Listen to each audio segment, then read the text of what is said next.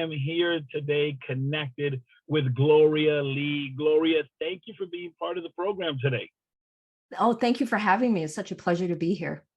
Yes, ma'am. For those who are not familiar with the work you're doing, let them know about yourself. Well, I am a relationship coach and psychologist specializing in all things relationships. So I work with couples doing relationship with themselves, with each other, with their children, and with their family of origin, helping you to heal some of the traumas in your past, showing you how it shows up in your present relationship, teaching you a new way to do relationship now so that you build a healthier future for you and your children. So that's kind of in a nutshell what I do. It's interesting because you initiated saying how to have relationship with oneself. Most often individuals think about relationship, they think about my relationship with someone else. How would I get to having a healthy relationship with myself? Oh, that's such a great question. And, that's probably the most important relationship because honestly, you live with yourself and you have to be with yourself for the rest of your life. And so if you don't have a good relationship with yourself, that's going to bleed into all other relationships that you have, right? And the interesting thing is when people come see me for therapy, especially couples, they would typically say to me, oh, it's my partner, fix my partner. They're driving me crazy. And, if you fix them, then everything will be great. And it's such a curious thing that our focus is always on how can we improve someone and change someone to make them better for me, so I'll be happy. But really, the change must be within ourselves, that you're part of the tango. So if you change your dance move, then you automatically, even without your partner changing, you automatically change the relationship on your own. And that's way more powerful than hoping and wanting and controlling the other person, wanting them to change, right? So I think that's Right. why your relationship with yourself is the most important. And when we help ourselves in this way, we're actually creating a healthier relationship with everybody else, and we become happier ourselves too. Now, I think about my relationship, for example, with my wife, and that relationship has gone through some ebb and flows. I think about my relationship with my siblings and my parents. That relationship goes through some ebb and flows. Talk about some ebb and flows that we may encounter in that personal relationship with ourselves. Yeah. So the interesting thing is, when you talk about your relationship with your partner and then with your family of origin, like your parents, and then your relationship with yourself, all of that, the commonality is you're part of all three. And so typically you could see there are patterns, intergenerational patterns of how you relate. So how your parents related to each other and how they related to you.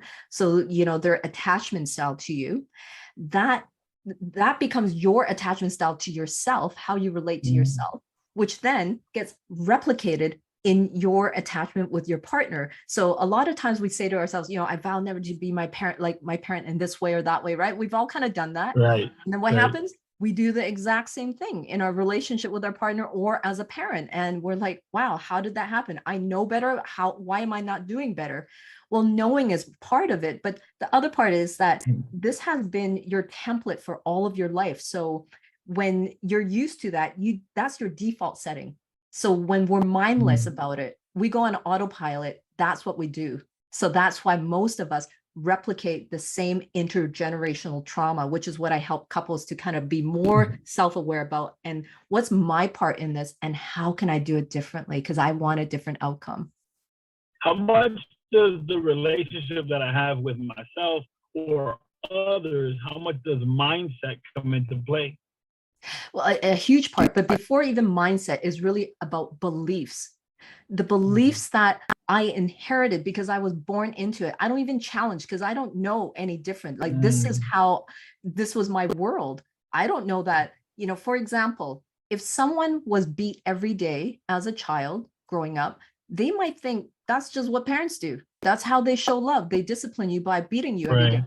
They don't know any different, that this is not what it is. So that belief that I'm supposed to be abused will be part of my mindset of how I enter into the world, into all other relationships. And this is why many people end up in abusive relationships again and again and again, right? Mm-hmm. Interesting. So that the individual falls into the idea that this is how it should be, and thus this is what they essentially keep doing. Yes. And not only that, but when, let's say, you end up with a healthy partner, it will feel actually uncomfortable for you because you're not used to it. It's not familiar. So you're kind of like, well, then you'll trigger them and try to instigate fights because that's what you're used to, a bit of chaos, a bit of abuse, or a lot of. And so we actually end up recreating what feels familiar to us, even if we don't like it, because in that familiarity, there's a sense of safety almost that it's predictable. I know what's to come than not knowing and feeling like this feels unsafe for me. Right, right. Almost becomes a comfort zone, that type of abusive relationship, or that toxic relationship, if you will.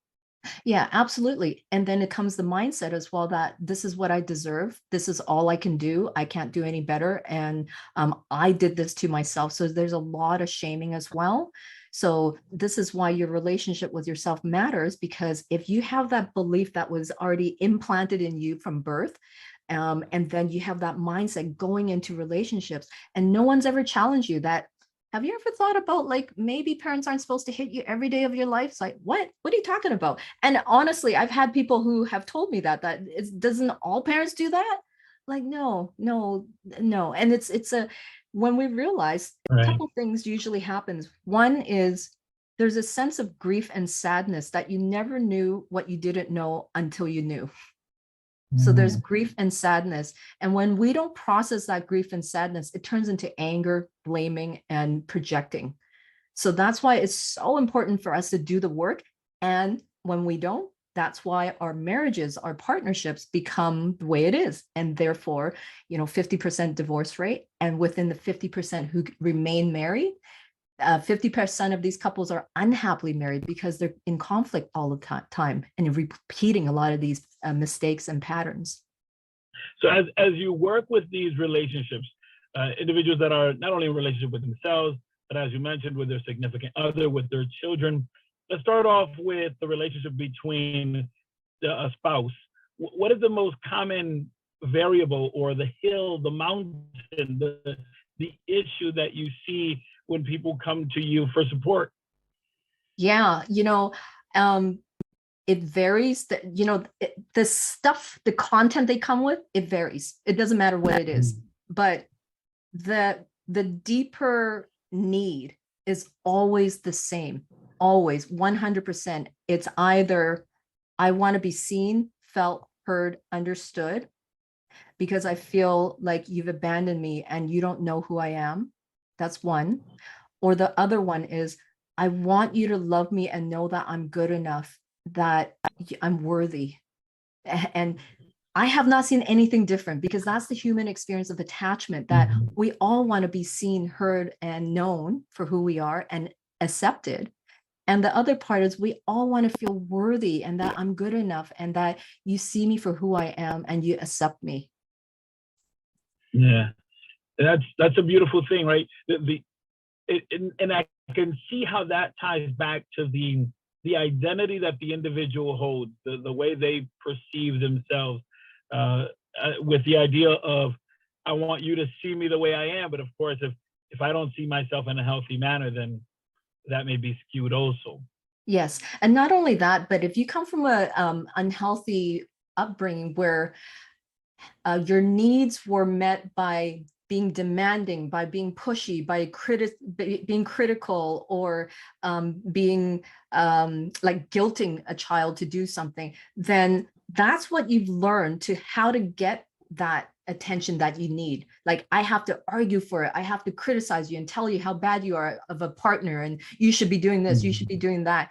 You see, when we do that, our intention is, see me, know me, understand me, hear me. But what we get instead is the opposite, which is, who wants to listen to you when you're like that? Like who wants to pay attention to you? We actually want to do the opposite and run the other direction, right? And then we end up in Right. the exact same place where it's like, I am all alone. No one understands me. No one knows me. I'm being misunderstood here. And it's very, very painful. But again, we don't see our part in it by how we just replicated the same pattern that was dished out at us, modeled to us, and we're doing it hoping for an opposite result, but of Yeah. course you get the same result, right? Does that make sense?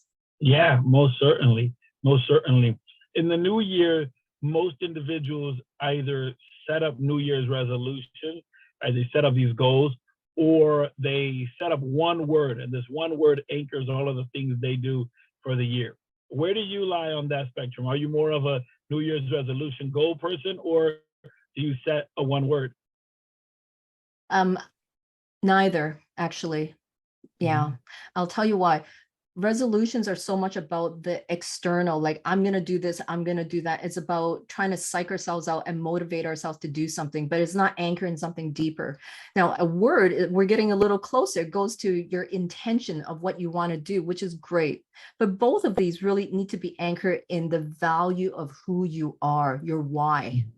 Why? Because when times are tough and you don't feel like exercising, for example, then it's like, you know what? I'm not motivated today. Or, my word, whatever it might be, again, I don't feel like it. But if we dig deep enough, that my why, no matter what, this is who I am. It's more about who you are than what you're doing. So when we anchor Mhm. in that, we have a much higher chance of succeeding in that internal motivation to help us to excel in whatever area we want to excel in, instead of just that motivation. And working out might be one example, but it can also be in relationships as well, where I want a better relationship this year. Okay, great goal, but why?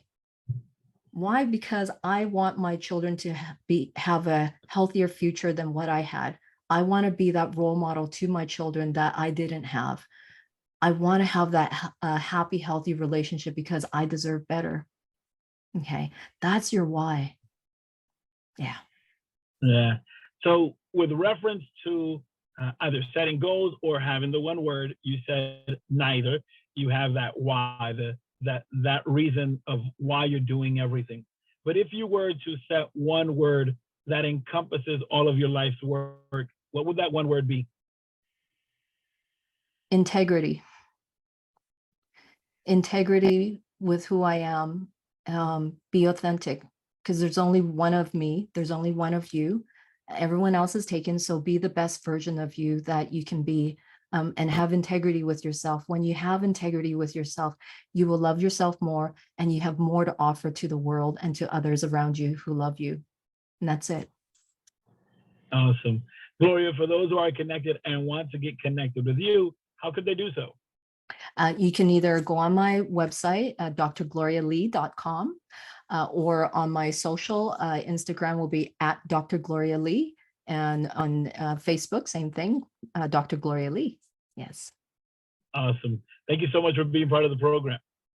You're very welcome. Thank you for having me. Yes, ma'am.